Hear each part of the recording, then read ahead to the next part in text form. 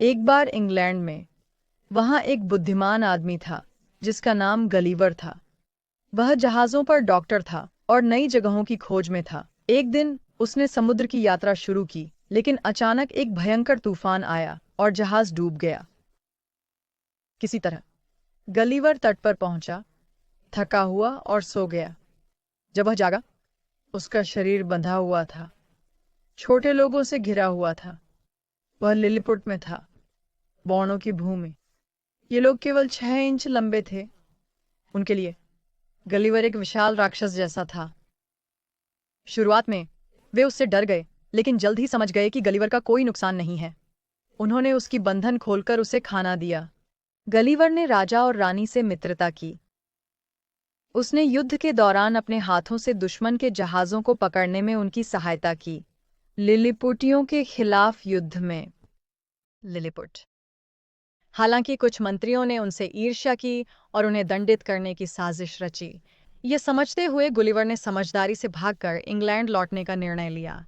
कुछ समय बाद गुलिवर ने एक और यात्रा शुरू की। इस बार उनका जहाज ब्रॉबडिंगनाग पहुंचा, जो दैत्यों की भूमि थी, जहां लोग 60 फीट लंबे थे।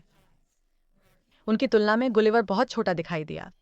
एक किसान ने उसे पकड़ लिया और पैसे कमाने के लिए उसे पिंजरे में प्रदर्शित किया। बाद में रानी ने गुलिवर को खरीद लिया और उसे महल में रखा, जहां उन्होंने उसे स्नेहपूर्वक रखा।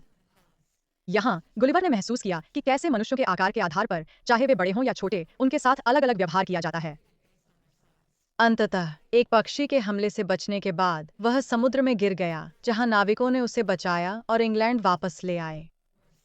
गुलिवर की तीसरी यात्रा उसे एक अजीब जगह लापुटा, एक तैरता हुआ द्वीप, पर ले गई। वहां के लोग हमेशा विकासशील स्थिति में रहते थे। गणित, संगीत और खगोल विज्ञान में वे इतने विचार मग्न थे कि सेवकों को उन्हें कभी-कभी हल्के थपथपाकर याद दिलाना पड़ता था। उनकी अंतिम यात्रा सबसे असाधारण थी, जो उन्हें हाउंस की भूमि पर ले गई, जहां घोड़े सबसे बुद्धिमान और सभ्य प्राणी थे। वे सत्यवादी, ईमानदार और शांतिप्रिय थे। जो याहू उनकी सेवा करते थे, वे असभ्य, डरावने, गंदे और चिंताजनक रूप से मानव जैसे दिखते थे।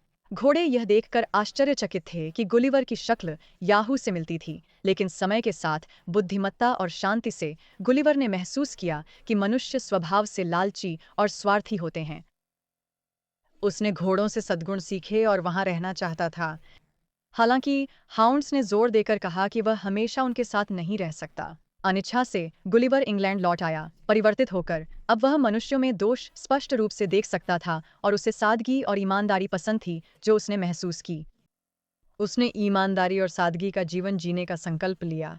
कहानी की नैतिकता। अहंकार, चाहे कितना भी छोटा हो, हानिकारक होता है। सच्ची महानता, सत्य, ईमानदारी और सादगी में निहित है। मनुष्यों को लालच और झूठ को त्याग कर प्रकृति और सत्य के साथ सामंजस्य में रहना चाहिए।